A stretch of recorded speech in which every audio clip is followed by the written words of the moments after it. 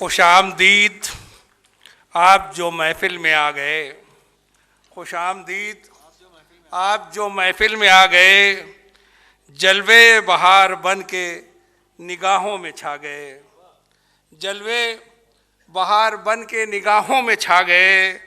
हर जगह जिक्र है बस, हर जगह जिक्र है बस प्यार के अफसाने का, हर जगह जिक्र है बस प्यार के अफसाने का। शुक्रिया आपके तशरीफ़ यहाँ लाने का, शुक्रिया आपका तशरीफ़ यहाँ लाने का। ब्रजेश पाठक जी इससे पहले भी, पिछले साल भी हमारे दरमियान थे, मुशायरे में थे। और मैंने बताया था उस बार भी कि वो एक ख़ूबसूरत शख्सियत के मालिक हैं। मैंने उनसे अपना रिश्ता बताया था कि मैंने लखनऊ यूनिवर्सिटी को कुंवर रामवीर सिंह के ज़माने में छोड़ दिया था, लेकिन फिर सरोज तिवारी और नीरज जैन के लिए मैंने दोबारा एडमिशन लिया। लेकिन मुझे तब तक वहाँ रुकना पड़ा जब तक ब्रजेश पाठक जी का उरूज वहाँ पे न हो गया। ऐसा ईमानदार, ऐसा जुझारू व्यक्तित्व मैंने यूनिवर्सिटी में देखा और आज तक जो कदम उन्होंने आगे बढ़ा दिया था उससे वो पीछे नहीं हटे। मैं बहुत कम लोगों को दिल से चाहता और मानता हूँ, उनमें से एक बड़ा नाम ब्रजेश पाठक जी का है। ये अलग बात है कि आज तक मैंने उनके दफ्तर में या उनके घर पे कदम नहीं रखा है, लेकिन उनके इज़्ज़त और एहतराम में कभी कमी नहीं आई। वजह सिर्फ ये है कि एक ऐसा कर्मठ, जुझारू, समस्याओं का निवारण करने वाला ऐसा व्यक्तित्व जिसके लिए मेरे पास शब्द कम हैं। बहुत कम ऐसा हो पाता है कि मैं स्टेज पे कोई मिनिस्टर, वज़ीर आला, और मुझे तो ये भी गौरव हासिल है कि हमारे ड्राइंग रूम में 6 प्रधानमंत्री आके गए, लेकिन कभी मुझे बहुत कम लोग ऐसे हैं जिनकी मुझे तारीफ़ दिल से करने का जी चाहता है। उनमें से एक नाम ब्रजेश पाठक जी का है। ये लखनऊ की खुशकिस्मती है कि लखनऊ को उनका नेतृत्व प्राप्त हुआ है और कोई महफिल ऐसी नहीं होती अगर लखनऊ के किसी भी व्यक्ति ने, किसी शख्स ने उन्हें आवाज़ दी है तो उसकी आवाज़ पर लब्बैक कहने वाला कोई व्यक्तित्व है तो वो ब्रजेश पाठक है। इसलिए मैं बहुत ही अदब एहतराम से मैं उनका आज स्वागत भी कर रहा हूँ, अभिनंदन भी कर रहा हूँ और मुझे खुशी हो रही है कि आज हमारे मुशायरे और कवि सम्मेलन की स्टेज पे वो यहाँ मौजूद हैं। इतना पुराना सानिध्य है मेरा उनका, सम्मान के साथ मेरा उनका सानिध्य है। जब मैं उन्हें देखता हूँ तो मुझे खुशी हो रही है और वो थोड़ी देर में आपके रूबरू होंगे। मुझे ये कहने में कोई शक नहीं कि मोहब्बत के दीपक जला कर तो देखो, मोहब्बत के दीपक जला कर तो देखो, सारा दिल की दुनिया सजा कर तो देखो, और तुम्हें हो न जाए मोहब्बत तो कहना, ज़रा इनसे नज़रें मिला कर तो देखो।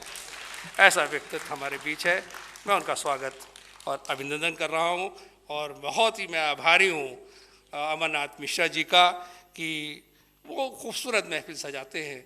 मेरा तो सिर्फ ताल्लुक़ इतना ही है कि मैं आता हूँ और जो वो मुझसे कहते हैं वो मैं समा खराशी करता हूँ और चला जाता हूँ, लेकिन वो मैं सिर्फ इसलिए करता हूँ कि नागरिक सुरक्षा और ज़िला इंतज़ामिया जिस तरह से काम कर रही है, निस्वार्थ बेलौस वो काम करती है।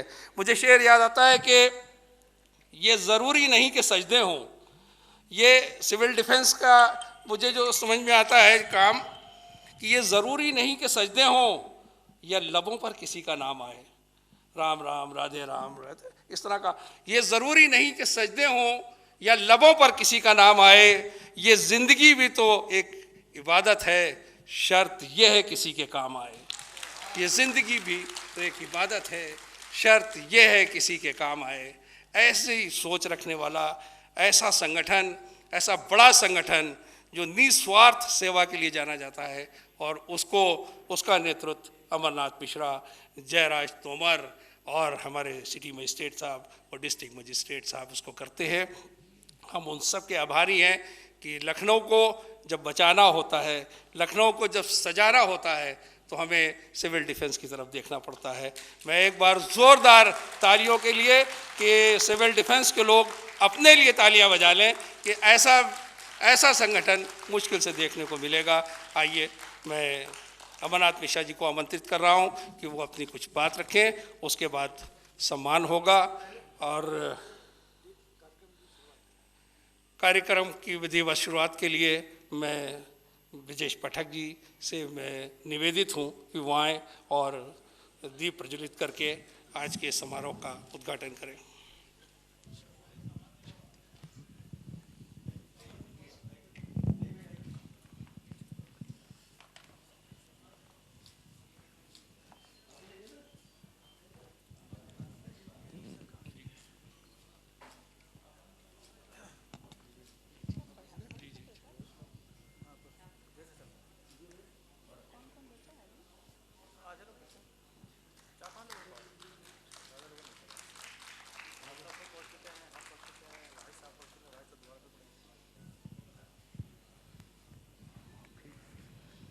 तमसो माँ ज्योति के में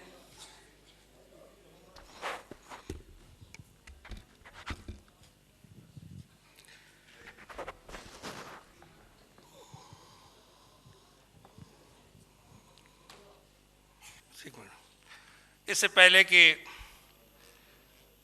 हम लोग कार्यक्रम की तरफ बढ़े, मैं शाहजेब से कह रहा हूं कि आप आए और ब्रजेश पाठक जी को एक फूलों का गुलदस्ता देके उनका इस्तकबाल करें। ये बेटा है हमारा। हाँ, भाभी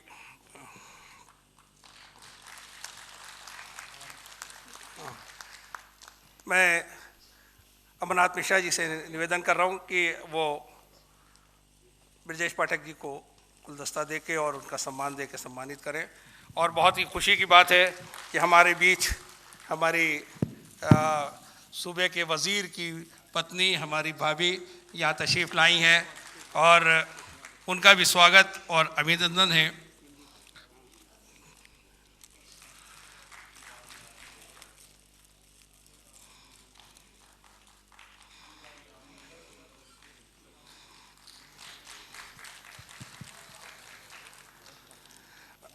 आप एक मिनट भाभी, एक मिनट आप यहाँ आइए।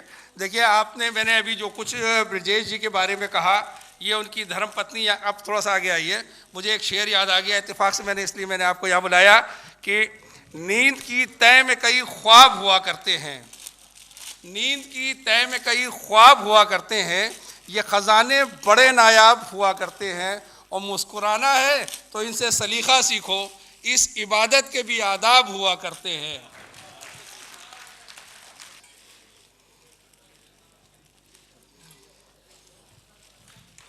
वाह, क्या कहना।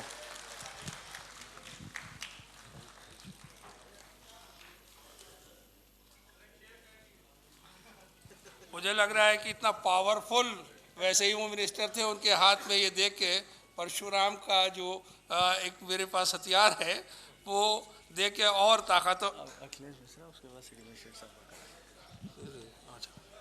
ठीक है। आइए, सम्मान समारोह की कड़ी में हम लोग पहुंच रहे हैं और मैं अमरनाथ मिश्रा जी से कह रहा हूं कि वो आए और सम्मान के लिए सर्वप्रथम मैं अखिलेश मिश्रा जी को आमंत्रित कर रहा हूं और ब्रजेश पाठक जी से निवेदन है कि वो आए और अखिलेश मिश्रा जी को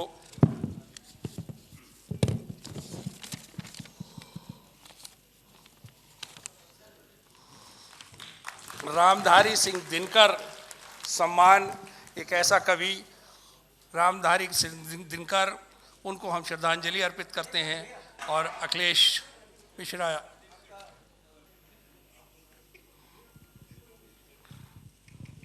लखनऊ के एक शायर ने कहा है कि निजामत करने वालों का यही अंजाम होता है, खबर की आखिरी सत्रों में उसका नाम होता है।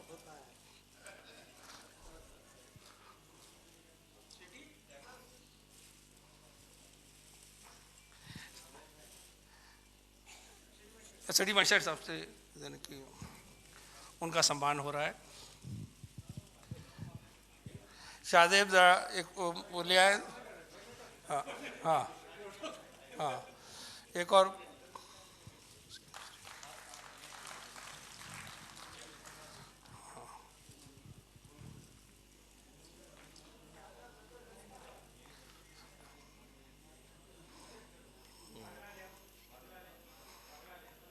आ जाओ आ जाओ आ जाओ।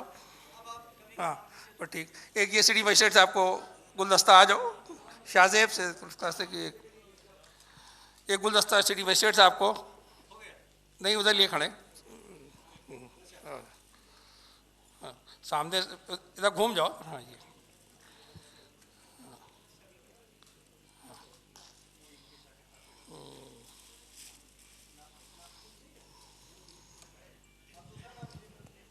अब किसका अपना शुरू करें। आइए, मैं सर्वप्रथम सबसे पहले संजय मिश्रा शौक साहब से मैं दरख्वास्त कर रहा हूँ कि वहाँ आएँ और उनको जो सम्मान है वो कैफ़ी आज़मी साहब जो उर्दू के बहुत ही मुमताज़ शायर थे, उनके नाम नामी ये सम्मान, ये अवार्ड उनको पेश किया जा रहा है। संजय मिश्रा शौक उर्दू के बहुत ही मुमताज़ शायर हैं। इसी तरह मैं हिंदी के एक और बड़े कवि यानी वाहिद अली वाहिद से मैं निवेदित हूँ कि वो आए और वाहिद अली वाहिद को डॉक्टर हरवंश राय बच्चन सम्मान से उनको सम्मानित किया जा रहा है। ये हिंदी और उर्दू के दोनों शख्सियतें हमारे स्टेज पे मौजूद हैं। वाहिद अली वाहिद हरवंश राय बच्चन सम्मान 2021 से सम्मानित किए जा रहे हैं। इसी के साथ मैं मोहतरमा आयशा अयूब साहिबा से दरख्वास्त कर रहा हूँ कि वो आए और शाहजहाँ बानो याद सम्मान से उन्हें सम्मानित किया जाएगा। मोहतरमा आयशा अयूब साहिबा।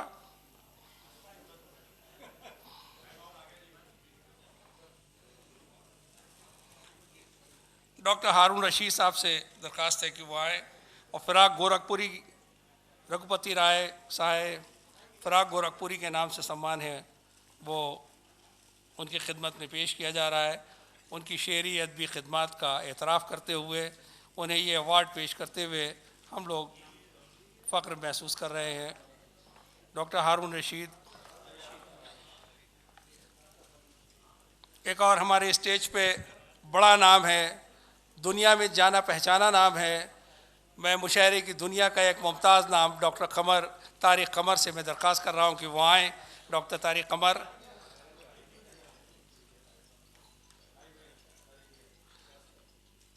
दुनिया के बहुत सारे मुल्कों में इन्होंने हिंदुस्तान की नुमाइंदगी की है और आज हमारे स्टेज पे हैं। ETV उर्दू के ये बड़े सहाफ़ी हैं और इन्होंने आज इस स्टेज पे आकर हमें गौरवान्वित किया है। मैं सरला शर्मा जो बहुत ही खूबसूरत शायरी करती हैं, हमारे बीच हिंदी की कवित्री हैं, वो सरला शर्मा आसमा साहिबा यहाँ मौजूद हैं और उनका सम्मान कर रहे हैं। महादेवी वर्मा सम्मान से उनको सम्मानित किया जा रहा है।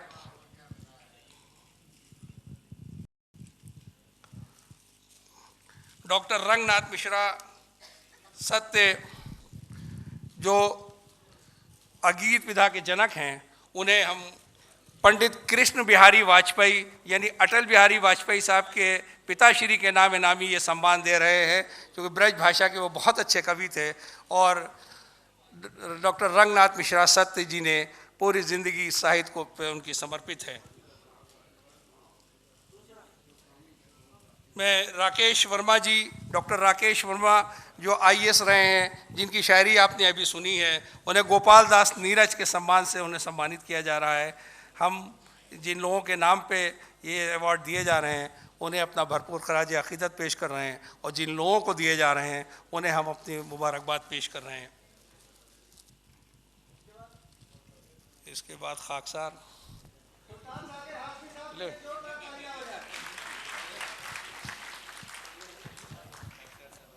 डॉक्टर सुल्तान शाकिर हाशमी साहब को अवार्ड दिया जा रहा है। प्रोफेसर जगन्नाथ आज़ाद अवार्ड से सम्मानित किए जा रहे हैं। डॉक्टर हाशमी साहब की 50 किताबें, जितनी उम्र है उतनी ही किताबें भी आपकी आ चुकी हैं, जिसमें उर्दू के मजमूए भी हैं, हिंदी भी है, अंग्रेज़ी भी है और फ़न के लिहाज से अदब भी है, तारीख़ भी है, शायरी भी है, तनकीद भी है, तहक़ीक़ भी है। बहुत बहुत मुबारक डॉक्टर साहब। प्रोफेसर जगन्नाथ अवार्ड से आपको नवाजा गया।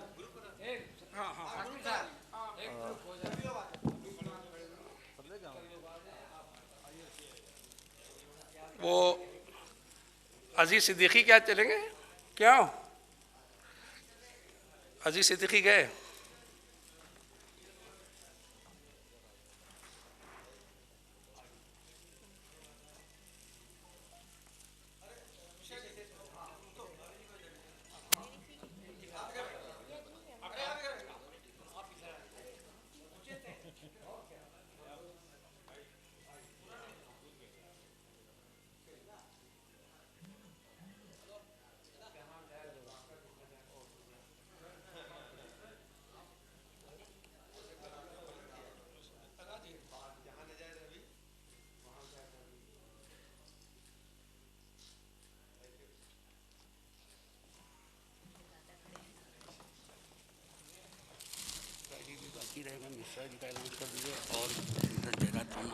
देखिए, बहुत गलती हो गई इसमें कि हमारे अमरनाथ मिश्रा जी और जयराज तोमर जी और उनके लिए उनका सम्मान रह गया, इसलिए कि जो ज़माने में सब कुछ बांटता है उसी के घर अंधेरा हो जाता है। मैं नहीं अब ये आपका फैसला थोड़ी है कि उचित है कि ना उचित है। सर्टिफिकेट भी है, सर्टिफिकेट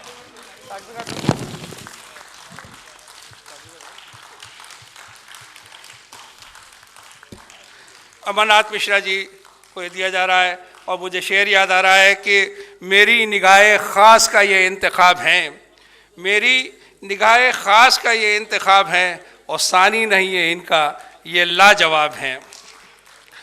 मैं जयराज तोमर जी को जो उप नियंत्रक हैं सिविल डिफेंस के, उन्हें सम्मानित किया जा रहा है। सरदार गुरप्रीत सिंह सेठी जी यहाँ पे हैं, उनको सम्मानित किया जा रहा है। सुनील कुमार शुक्ला जी जिनके क्षेत्र में हम लोग बैठे हैं, उन्हें सम्मानित किया जा रहा है, वो डिप्टी डिविजनल वार्डन हैं। कुमारी ज्योति खरे, ज्योति खरे जिन्हें सम्मान किया जा रहा है, उसके बारे में मिश्रा जी कुछ कहना चाहते हैं। ज्योति खरे मंच पे आ जाए। मैं माननीय मंत्री जी को इस बच्ची के बारे में बताना चाहता हूं कि कोविड में अगर सिविल डिफेंस लखनऊ में किसी एक व्यक्ति ने सबसे ज़्यादा काम किया है तो वो ये ज्योति खरे, ये महिला है, लड़की है, मगर कहीं हम लोगों से ज़्यादा है। RT-PCR टेस्ट हो चाहे एंटीजन टेस्ट हो, उसके अंदर में रेड क्रॉस की टीम के साथ में कंधे से कंधा मिला करके ये लड़की बिना डरे लोगों के घर जाना, लोगों की मदद करना, बहुत जज्बा है। तालियों में गूंज होनी चाहिए इस महिला के लिए। और इन्हीं के साथ भीड़ में बैठी हुई सुधा टंडन जी भी हैं, जिन्होंने बहुत काम किया, प्रस्तावित हैं, इसलिए उनका सम्मान अभी नहीं हो पा रहा है। बाद में उनका भी सम्मान होगा और उन वार्डन का भी सम्मान होगा जिन्होंने काम किया है। उसकी लिस्ट अभी जयराज तोमर जी शॉर्ट आउट कर रहे हैं। इसी श्रृंखला में जमील अहमद साहब का, जमील अहमद और अजय कुमार जी आ जाएं। जमील अहमद, अजय कुमार जी।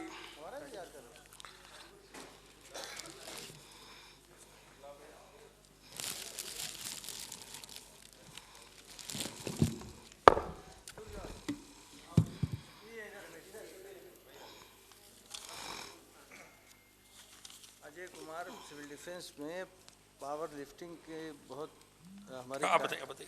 अजय कुमार जी हमारे कार्यालय में कार्य करते हैं सिविल डिफेंस के, और पावर लिफ्टिंग में बड़ा बेहतरीन योगदान है, खिलाड़ी हैं। और कई मौक़ों पे हम लोग चूक गए, आज हमें याद आया तो आज हमने कहा अजय का सम्मान इस मंच से होना चाहिए। ऐसे खिलाड़ी जो हमारे कार्यालय को भी संचालित करते हैं और खेल का भी ध्यान रखते हैं, बहुत बहुत बधाई।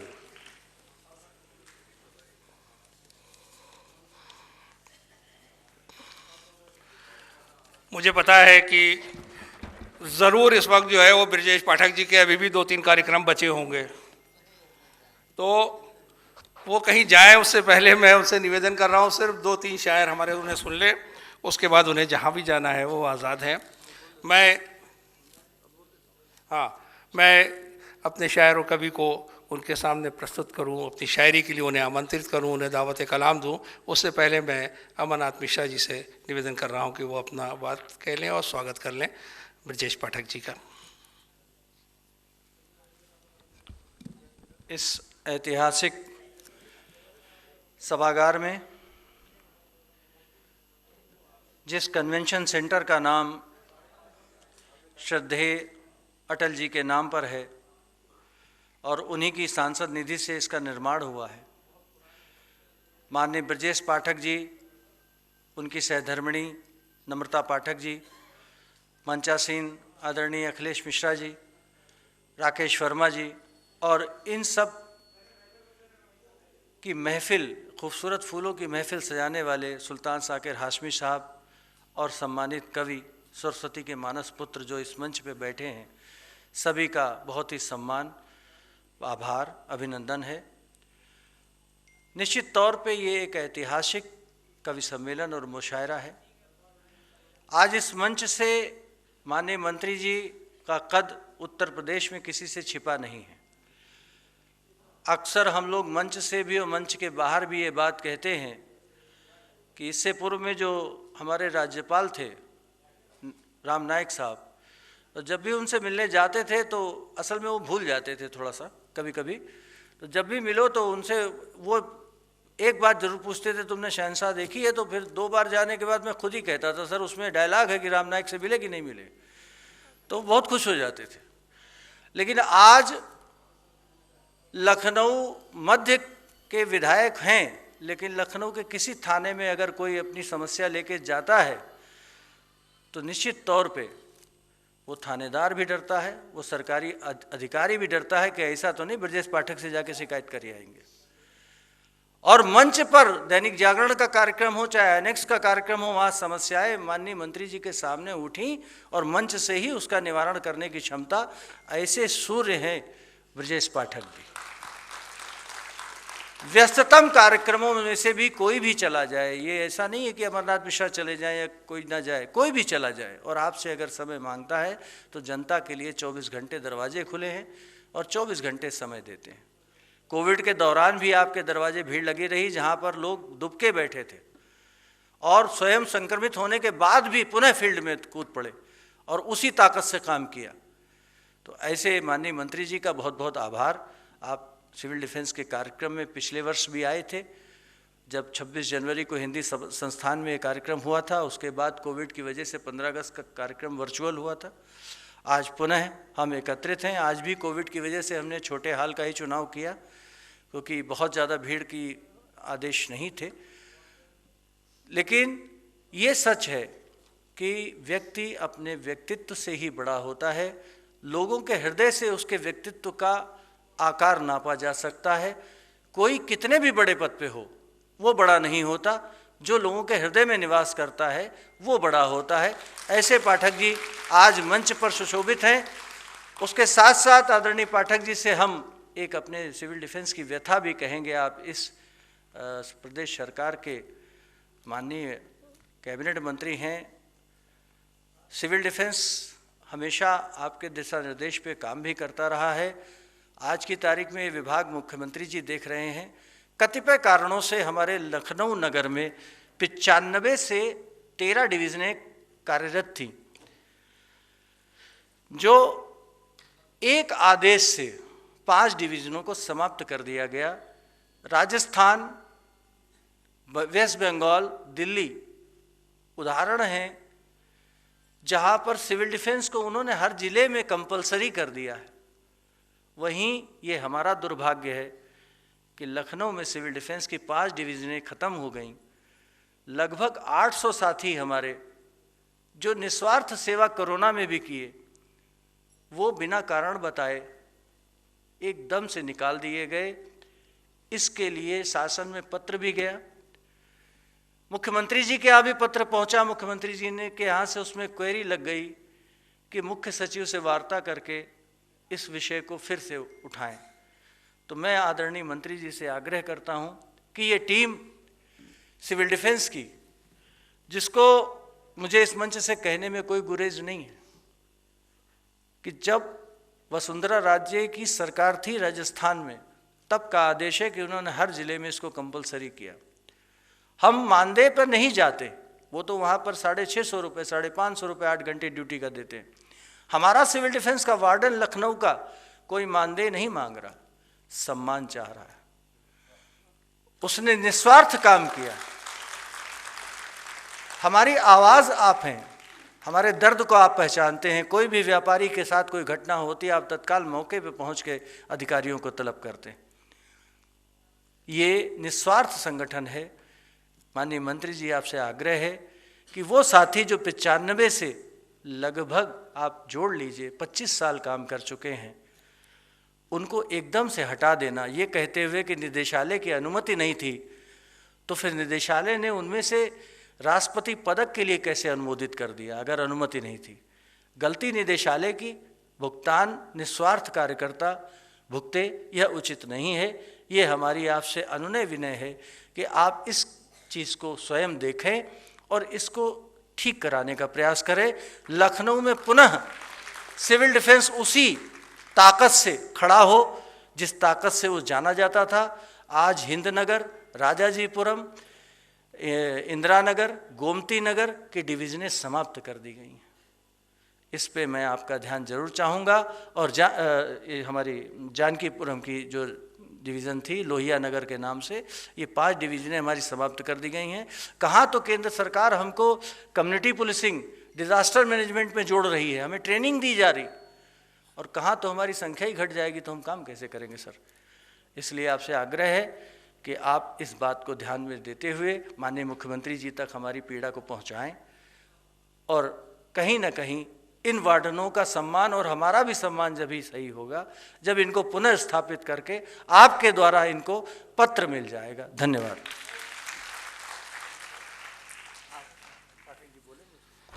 बहुत बहुत धन्यवाद अमरनाथ मिश्रा जी, आपने अपनी बात रखी। और जाहिर सी बात है, जब परिवार का कोई मुखिया मौजूद हो तो उससे आदमी अपनी बात कहता ही है, और जो बहुत ही रिलेवेंट बातें थी वो आपने रखी। बहुत बहुत आभारी हैं हम आपके। और आइए हम फिर मैंने आपसे रिक्वेस्ट की है, फिर 2-3 शायर पहले बोलेंगे। हाँ, चलिए, तो मैं एक बार फिर ब्रजेश पाठक जी से निवेदन कर रहा हूँ और आपसे भी निवेदन कर रहा हूँ कि भरपूर तरीके से आप उन्हें सुने। हमारे दिल की आवाज़ जो ब्रजेश पाठक साहब की ज़बानी आपको सुननी है, मैं बहुत ही अदब व एहतराम से उनसे निवेदित हूँ कि वो आएँ अपनी बात रखें। शुक्रिया डॉक्टर सुल्तान साकिर हाशमी साहब। हमारी पढ़ाई के दिनों के हमारे वरिष्ठ हैं, हमारे सीनियर हैं, जिनकी सरपरस्ती में हम लोगों ने यूनिवर्सिटी में काम किया स्टूडेंट्स के बीच में। ऐसे हमारे डॉक्टर सुल्तान साकिर हाशमी साहब डिस्ट्रिक्ट एडमिनिस्ट्रेशन में नागरिक सुरक्षा संगठन लखनऊ की ओर से गणतंत्र दिवस की पूर्व संध्या पर आयोजित इस कवि सम्मेलन एवं मुशायरे में हमारे साथ उपस्थित हैं। हमारे सेक्टर वार्डन, हमारे मित्र, वरिष्ठ व्यापारी नेता आदरणीय अमरनाथ मिश्र जी, चीफ वार्डन आदरणीय अमरनाथ मिश्र जी, नगर मजिस्ट्रेट लखनऊ आदरणीय शशभूषण राय जी, उप नियंत्रक नागरिक सुरक्षा आदरणीय जयराज तोमर जी, हमारे पारिवारिक मित्र, लंबे अरसे से हमारे साथ काम करने वाले, कविता की दुनिया में भी अपनी अलग पहचान रखने वाले IAS अधिकारी डॉक्टर अखिलेश मिश्र जी, कमांडेंट आदरणीय राकेश कुमार मिश्र जी, वरिष्ठ कवि डॉक्टर रंगनाथ मिश्र सत्य जी, डॉक्टर राकेश वर्मा जी, डॉक्टर तारिक कमर जी, श्री संजय मिश्रा शौक साहब, डॉक्टर हारून रशीद जी, वाहिद अली वाहिद जी, सुश्री आयशा आयूब जी, सुश्री सरला शर्मा आसमा जी, मंच पर उपस्थित सभी हमारे साथीगण, सामने बैठे नागरिक सुरक्षा संगठन से जुड़े मित्रों तथा पत्रकार भाइयों। नागरिक सुरक्षा का जब हमारे जहन में शब्द उभरता है तो एक ऐसे संगठन के रूप में उभरता है जो मुसीबत में हमारे साथ खड़ा हो। खुशी के मौके पर भले ही न दिखाई दे, लेकिन कहीं बाढ़ आई हो, कहीं आग लगी हो, कोरोना महामारी जैसी विभीषिका हो, ये अचानक कुछ उपद्रव हो जाए, नागरिक सुरक्षा संगठन अमरनाथ मिश्र जी के नेतृत्व में अपनी भूमिका अगुवाई के रूप में निभाता रहा है। कोरोना महामारी के दौरान हम सब जुटे थे कि किसी भी प्रकार से उत्तर प्रदेश के लोगों को, लखनऊ के लोगों को कोई दिक्कत न हो। आदरणीय प्रधानमंत्री नरेंद्र मोदी जी ने पूरी दुनिया में जहां थोड़ी बहुत सुगबुगाहट शुरू हुई थी, लेकिन प्रधानमंत्री नरेंद्र मोदी जी ने उसको गंभीरता से लिया। 22 मार्च को जनता कर्फ्यू की घोषणा हुई, पूरा भारत बंद था, ट्रेनें भी बंद थी। मुझे नहीं याद है कब ट्रेन और डाक एक साथ बंद हुआ। जो चिट्ठियों का आदान प्रदान है, डाकखाना तो संडे को बंद होता है, लेकिन हमारी चिट्ठियां चलती रहती हैं गंतव्य की ओर, लेकिन चिट्ठियां भी बंद थी। जब तक कोरोना महामारी का लॉकडाउन रहा, हमारी चिट्ठियां भी बंद थी, ट्रेनें भी बंद थी, जहाज भी बंद थे, पूरी दुनिया त्राहि त्राहि कर रही थी। लेकिन हमारे आदरणीय प्रधानमंत्री जी नरेंद्र मोदी जी, आदरणीय मुख्यमंत्री योगी आदित्यनाथ जी ने देश और प्रदेश को बहुत बेहतर ढंग से संभाला। पूरी दुनिया के पैमाने पर आज इस बात की चर्चा है कि भारत ने अच्छा काम किया, और भारत में चर्चा है कि माननीय मुख्यमंत्री योगी आदित्यनाथ जी ने बेहतर काम करके दिखाया। लेकिन यह काम करने का अगर इनाम हमारी सरकारों को मिला है, तो इसमें नागरिक सुरक्षा संगठन का बहुत बड़ा योगदान है। आप सोचिए, कोरोना महामारी के दौरान जब दुनिया लाख हो गई, पूरा भारत बंद हो गया, तो उत्तर प्रदेश के रहने वाले लाखों करोड़ों लोग पैदल घर की तरफ चल दिए, मोटरसाइकिल से चल दिए, कार से चल दिए, जीप से चल दिए, ट्रक से चल दिए, बस से चल दिए, जो जिसको जो साधन मिला। मैंने अपनी जिंदगी में ऐसा वाकया कभी हाईवे पर नहीं देखा कि उसमें पूरे ऊपर तक ट्रक में गिट्टी लदी है और ऊपर 100 परिवार बैठे हैं। लग रहा है कि जैसे कभी कभी हम सड़क पर देखते हैं कि मुर्गियों को एक दड़बे में बंद करके कुछ लोग ले जाते दिखते हैं, ढेर सारी बकरियों को छोटे से ट्रक में ले जाते हुए दिखते हैं। हमने अपनी आंखों से आदमियों को, मनुष्यों को ऐसे भर करके जाते हुए ट्रकों में देखा है।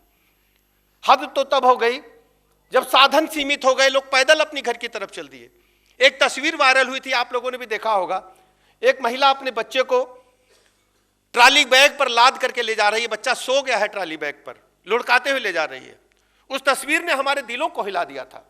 हमारे मन में जो आंसू की धारा थी फूटने का बाहर की तरफ निकल रही थी, लेकिन हमारे सामने कोई विकल्प नहीं था, हम लोग की कंतर विमूढ़ थे।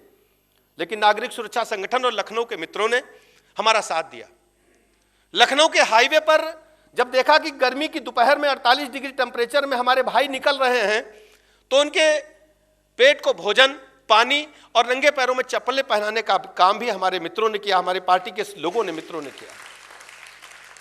मैं बहुत आभार प्रकट करता हूं। पिछली वर्ष भी मैं आपके कार्यक्रम में आया था, डिस्ट्रिक्ट एडमिनिस्ट्रेशन का, नागरिक सुरक्षा संगठन का, गणतंत्र दिवस की पूर्व संध्या पर ऐसे कार्यक्रमों को आयोजन करने के लिए। 26 जनवरी हमें याद दिलाती है कि आज ही हम संपूर्ण गणतंत्र घोषित हुए थे। भारत का संविधान 26 जनवरी 1950 को लागू हुआ था। आप सोचिए 26 जनवरी 1950 से पहले 47 से पहले क्या हालत थी। हम लोग जो कुर्सी पर बैठे हैं, जैसे 47 से पहले हमको कुर्सी में पीठ में टेक लगाकर बैठने के लिए अनुमति नहीं थी। शायद बहुत कम नौजवानों को पता होगा, यह हमारे बुजुर्ग बताते हैं। हम लोग जमीन में बैठते थे, केवल कुर्सी पर बैठने का अधिकार जमींदारों को, साहूकारों को या अंग्रेज के पिछलग्गू लोगों को था। बाकी लोग जमीन पर, ईंटे पर या कैसे भी अपना काम चलाते थे। कुर्सी एक आध बड़े आदमी के घर में होती थी। कानूनी अधिकार, विधिक अधिकार, जो संवैधानिक अधिकार है, उनकी चर्चा ही नहीं थी। अगर घर पे सब्जी लेने आप गए हैं, दवाई लेने गए हैं, अंग्रेज की लारी आती थी, बस को पहले लारी बोलते थे, उसमें भर के भेज दिए जाते थे, अंडमान निकोबार भेज दिए जाते थे। और बहुत दूर भेजना है तो कहने लगे इनको मॉरिशस भेज दीजिए, अफ्रीका भेज दीजिए। वहां इनको लेबर के रूप में रखा जाता था। उसको पता नहीं होता था कि माँ बाप को खबर हो पाएगी कि नहीं हो पाएगी। अंग्रेज हुकूमत के लोग आते थे तो घोड़े पर बैठने के लिए इन्हीं आदमियों को, हमारे भाइयों को पीठ झुका करके बैठाना पड़ता था। हमने क्या नहीं झेला इस हिंदुस्तान में, और विरासत में हमको एक ऐसा हिंदुस्तान मिला जो पूरी दुनिया का एक चहेता आंखों का तारा बना है। कोविड महामारी के दौरान जिस ढंग से हमारे वैज्ञानिकों ने आदरणीय प्रधानमंत्री जी की अगुवाई में कोरोना वैक्सीन को इजाद किया, निकाला, आज पूरी दुनिया के कई देश हमारी तरफ हाथ उठाकर देख रहे हैं कि हम उनको कोरोना वैक्सीन दे दें, जिससे वो भी अपनी जिंदगी, पुरानी जिंदगी छोड़कर नई जिंदगी, जैसे कि पटरी पर जिंदगी ला सके। मैं बहुत बहुत मुबारकबाद देना चाहूँगा आदरणीय प्रधानमंत्री जी को, आदरणीय मुख्यमंत्री जी को, और आप सबकी तरफ से पूरे नागरिक सुरक्षा संगठन को। 26 जनवरी की गणतंत्र दिवस की, कि कल हम सब लोग गणतंत्र मनाएंगे, झंडा फहराएंगे और अपने अपने घरों, अपनी दुकानों में, अपने अपने ऑफिसेज में भारत के गणतंत्र को प्रणाम करेंगे, सलाम करेंगे और मिलजुल करके इस देश को, इस प्रदेश को ऐसी स्थिति में ले जाना चाहेंगे जब कोई देश हमारी तरफ आंख उठाकर न देख सके। थोड़े बहुत देश हमारी तरफ देखना चाहते हैं, लेकिन आदरणीय प्रधानमंत्री जी ने जिस ढंग से मुंहतोड़ जवाब दिया है, जो हमारे पड़ोसी देश हैं वो जानते हैं कि भारत से इस समय आंख दिखाना उचित नहीं। अगर जरा भी उन्होंने टेढ़ा आंख दिखाया तो भारत दुगनी ताकत से जवाब देगा, जो उनके लिए संभलना काफी मुश्किल हो जाएगा। कई देश तो बिखरने की स्थिति में आ गए हैं। मैं बहुत बहुत मुबारकबाद आपको देता हूं। बात बहुत लंबी हो जाएगी, तकरीर लंबी हो जाएगी। मंच पर हमारे मां शारदे के मानस पुत्र बैठे हैं, आप सबकी कविताओं को सुनेंगे। कविता बारे में आप सब जानते हैं, कविता जब हम सुनते हैं तो आप देखते होंगे अचानक हमारे हाथ ताली की तरफ बढ़ जाते हैं और ताली हम बजाते हैं। सामान्यतः घर में कोई कुछ बोले तो ताली नहीं बजती।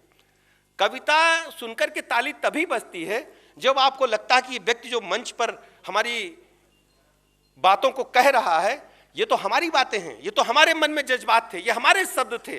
और जब आपको लगता है कि कानों में हमारे शब्दों का सुनाई दे रहा है जो आगे सामने व्यक्ति बोल रहा है, तो स्वतः ताली बजती है।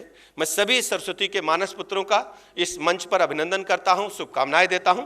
मैं विदा लेना चाहूँगा एक कविता सुनने के बाद, क्योंकि मुझे अभी भी सही कह रहे हैं हाशमी साहब, मुझे कई कार्यक्रमों में जाना है तो देर हो जाएगी, लेकिन एक कविता सुन करके मैं जाऊँगा। बहुत बहुत शुक्रिया, धन्यवाद। क्षमा करिएगा हाशमी साहब, एक सवाल मैं दूसरी तरफ बह गया। नागरिक सुरक्षा संगठन का एक शिकायत मुझे मिली कि कुछ ब्रांचेज इनकी समाप्त की गई हैं। पहले 13 यहाँ पर सेक्टर काम कर रहे थे। मैं इसको छुट्टी वाले दिन कल समाप्त होगा, परसों ही संबंधित लोगों से बात करूँगा और प्रयास करूँगा कि हो जाए। और प्रयास दो तरीके का होता है। एक पत्र लूँगा अमरनाथ मिश्र जी से। हमारे घरों में जब बेटी विदा होती थी, बेटी विदा होते समय उसके बक्से में रुपया, पैसा, कपड़ा वपड़ा रख दिया जाता था, थोड़ा बहुत जेवर गहना दिया जाता था माँ बाप की तरफ से, और कुछ अंतर्देशीय पत्र, पोस्ट कार्ड या लिफाफे रख दिए जाते थे कि अगर बेटी को कष्ट हो ससुराल में तो रात में चुपचाप लिख देना। अब तो मोबाइल ईमेल का जमाना है। और कभी कभी ये भी अम्मा कहती थी बेटी से कि अगर ननद और देवर आपका अंतर्देशीय पोस्ट कार्ड चुरा लें तो तुम बैरंग चिट्ठी डाल देना। बैरंग की याद है आपको? नहीं याद है? बैरंग चिट्ठी में खास बात ये होती है, बैरंग चिट्ठी उसी को मिलेगी जिसको पाना है और वो डबल स्टैंप लेकर के जाएगा। साधारण डाक की चिट्ठी आप सो रहे हो तो नीचे से खिसका देगा दरवाजे से, डाकिया अपना घर चला जाएगा। लेकिन बैरंग चिट्ठी जब आप सो रहे होगे जगाएगा, आपके हाथ में देगा और 2 रुपए की जगह 4 रुपए पैसा लेकर के जाएगा। तो मैं अमरनाथ मिश्र जी की चिट्ठी को बैरंग चिट्ठी लेकर के जाऊंगा और माननीय मुख्यमंत्री जी तक, संबंधित अधिकारियों तक पहुंचाऊंगा और प्रयास करूंगा कि पुनः अपनी स्थिति में सभी सेक्टर काम करें और आपका सम्मान बढ़े। आपके सम्मान में ही मेरा सम्मान है। बहुत बहुत धन्यवाद।